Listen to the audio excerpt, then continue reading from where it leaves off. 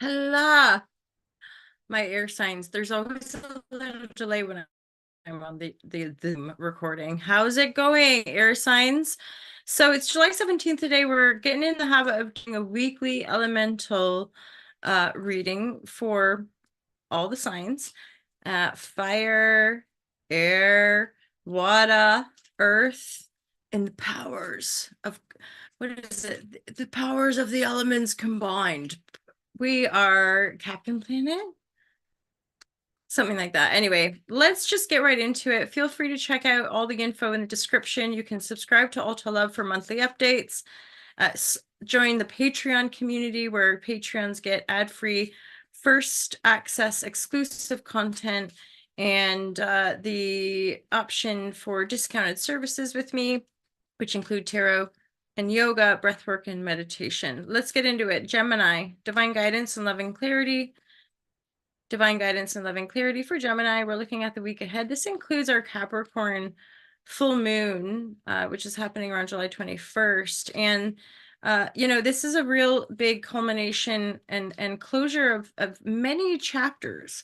So for a lot of us, there's big cyclical cumulative energy that will have us really breaking out and breaking free from some long-standing, you could even say like multiple lifetimes sort of vibratory, long-standing karmic cycles, and allow us to step into new energy, which even leading up to that pandemic vibratory, and there's still going to be a lot of turbulence, and yet within certain new paradigm shift communities, there's foundations, there's pillars in the ground, and then we're kind of setting the stage to move forward and build these new structures, right?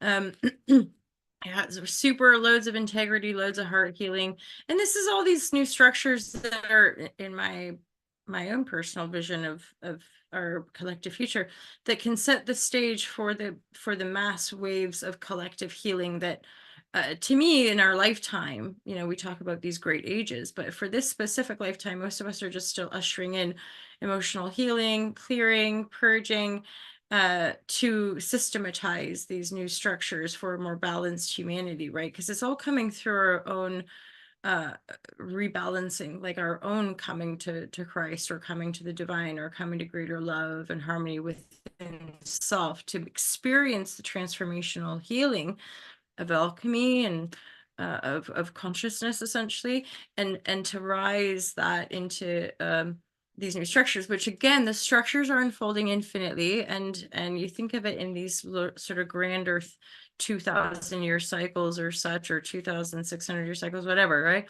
So these long cycles, we get to touch in and just experience a waveform of these grander cycles. And there's always shadows to these cycles as well, bearing in mind, like there's so going to be challenge and shadows within this emerging Aquarian age, but it's simply like a sense of whatever structures of the old age, or the passing of this age, are not moving with us, which is a miraculous unfolding. Those are just going to be fallen away, right? Along with generational shifting, when pockets of generations start to die out, which is just part of the natural cyclical nature of our existence here, the new generations start to rise in power. This next wave of generational healing, right, is where we be at. So Gemini, you're right here. I've pulled a card for you already, the Lover's energy, which is really beautiful, really feeling yourself, feeling whole, feeling like, yeah, I got it. Because to me, when Gemini in energy is very much representative of the Lovers,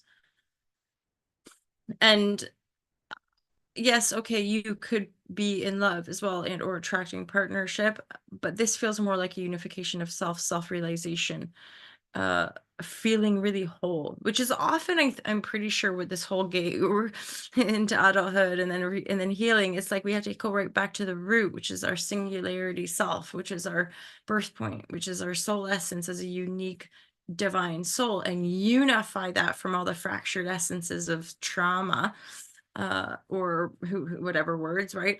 And then it looks like you guys are moving, and ultimately moving into greater balance states within relationships. So but give and take, right? Balance scales are here, Six of Pentacle. Some of you might be focusing on work as well.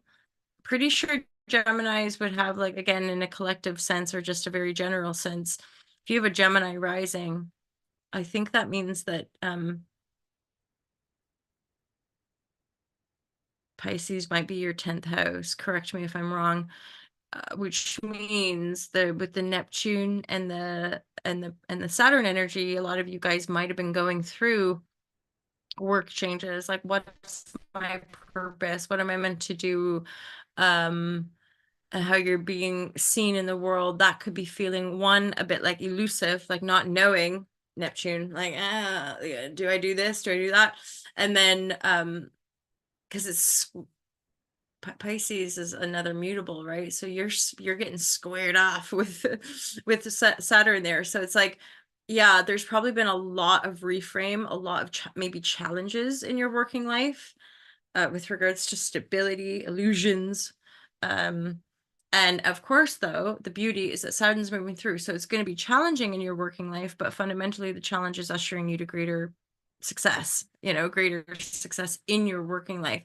So love, movement, as in you guys might be moving your place of living or moving maybe where you're working, because it's moving into another state of pentacle. But this is just more reciprocity in your life. But to me, what the balance is here, this is about give and take. And certainly if we are moving into a greater state of unity, then the Six of Pentacles is about our generosity and benevolence, right? Our ability to feel empowered enough to give of self. Why? Because we are balanced. This person's not, if they don't have anything to give, they're not giving out. It's just that simple. They have enough to give. It is what it is, right? But the more we give of self, in essence, the more we receive that divine grace. Oh, good. Okay. Beautiful. Lovely reading, Gemini. I dig it. I dig this for you guys. First card out, right? You've got to power. Like you're on it, Gemini. Okay, divine guidance, loving clarity, Gemini. Nope, we're going next sign now. So Libra, divine guidance, loving clarity, Libra. My earth angels. I have almost like divine parents and also sisters and brothers, but these angel Libra people who have showed up and like legit, I feel, have been angels in my life. Divine guidance, loving clarity. Divine guidance and loving clarity. I have a stellium in Libra, depending on Placidus or it's like 9th or 10th house, and there's a whole bunch of Shazam going down in there. My Mars is there. My Mars is like right opposite my natal Mercury, and it's just like Mars, Saturn, Pluto right up there in Libra, and that's part of my like I'm super diplomatic, sometimes have a hard time expressing because Mars is in its detriment kind of thing. Or it kind of like I take a lot of time to process and think and feel into the fairness, right? Libra's about fairness. And then Mars, action orientation. I want to move forward, but I want everything to be super balanced, equanimous, which is part of the karma, Saturn in Libra out there in the world, is like how the injustice and all that kind of shit on a karmic level has felt like a mish. Like karma being like, this injustice shit, it's got to go. This is fucking bullshit for all of us, So that's part of that, just feeling super mission oriented. Plus there's, Apex, I've got a Yod right there hanging out, supporting all that karma Shazam going down. Plus Pluto, Libra is about relationship, transforming the way we relate, right?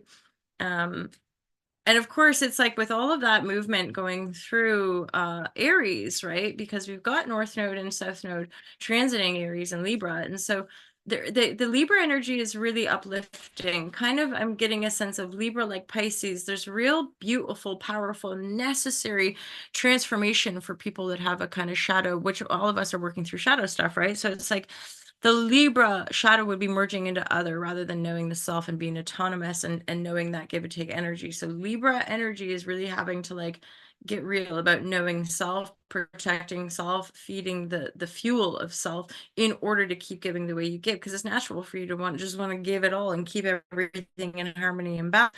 Again, all of us are going through this upgrade. So there's an upgrade in you self-respect And I would say possibly some shape shifts in relationships because of that. Suddenly it's just like, nope, I can't put my energy there. It drains me too much. Or that person is asking too much of me. Or I don't fucking like person, like straight up. Because any of us, the shadow construct is the people pleasing, right? Just as much as having anger issues or passive aggressiveness, like a lot of us are attracting that energy through our shadow people pleasing energy. This is part of that weird, almost like that kind of dicey energy, and I've been there too, my love. But like no narcissistic empath, that is polarity always, as far as like we attract what we are, with regards to if we're really wanting to up level and uproot our people pleasing, right? Because we want to be able to harness the true gift of empathy, which is not being blood sucked everywhere we go, energetically speaking, right? And then we become the martyrs, right? Rather than an empowered creator, which has to become self-responsible, which means if we're attracting those vampires, we've got a fucking hole somewhere, and pardon my potty mouth. That's the shadow work, tending to those little fractures and holes in our psyche so that we can feel more whole, should just be more joyful and abundant, fair to ourselves, right? Respect ourselves, have that dignity. Aquarius. Aquarius, divine guidance and loving clarity. My Aquarian love is supreme. Divine guidance, guys. I also love the Aquarians. My sister's an Aquarian. Have had some of the most like divine high experiences with Aquarian energy. I can remember many, many, many years ago, I was hosting a surf and yoga retreat in Morocco, and my fellow friend co-host, um, she had the same birthday as my sister, also an Aquarian sun. And I remember she pointed out, she was like, we work well together because you're fire and I am air. I feel fire. And when she said that, I was just like, oh my God, the potency of the constellation of the elements, because that was true. That she somehow, like a sister, just helped me feel more whole.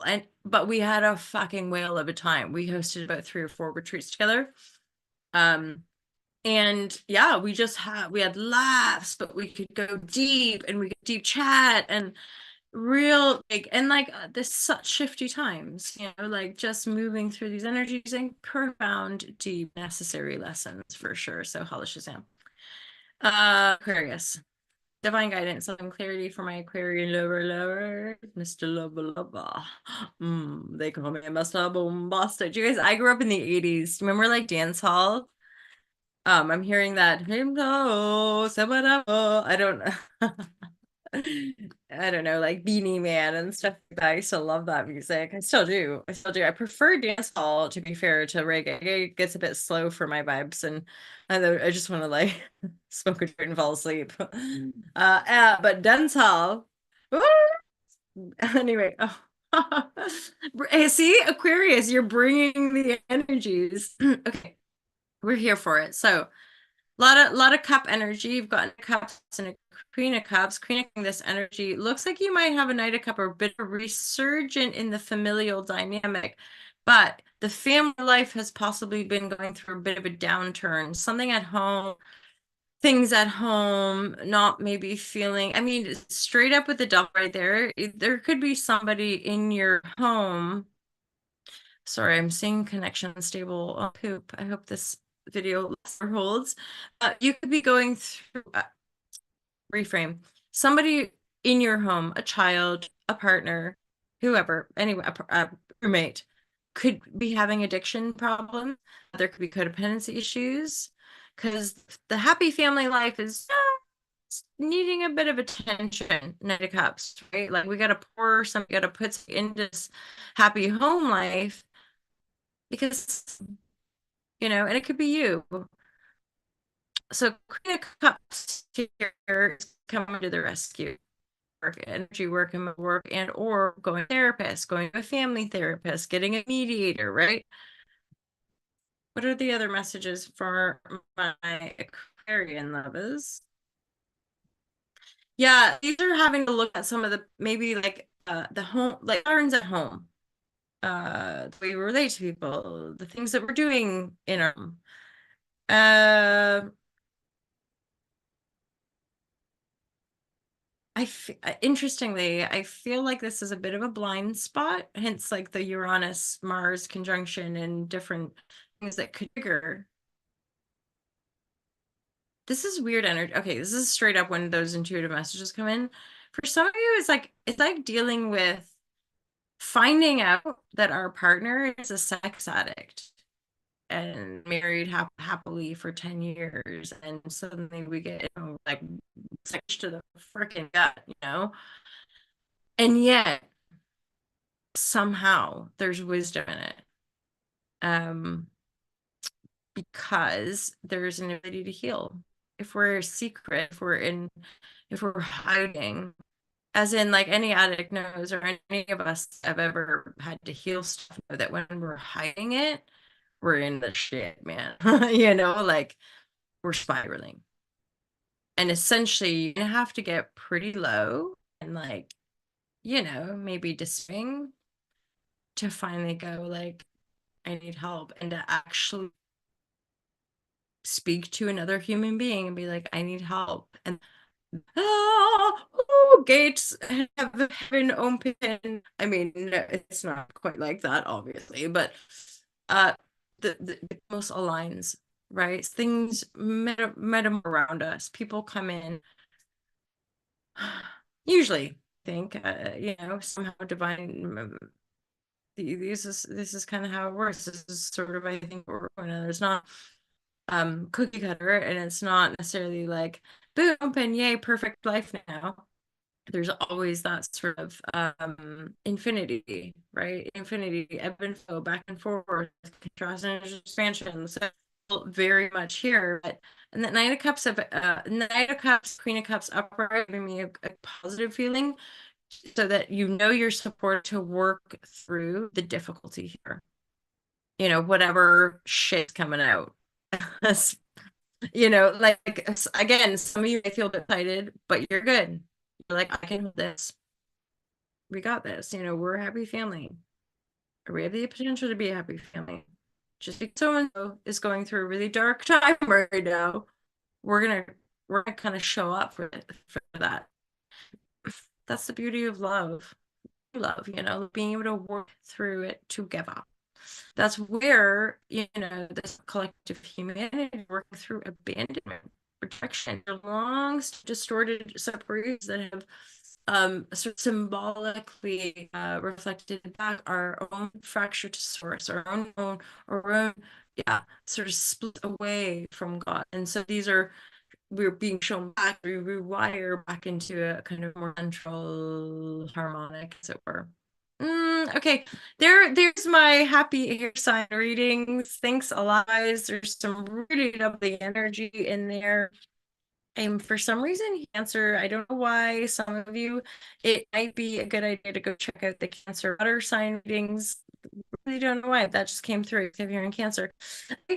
Have a wonderful week.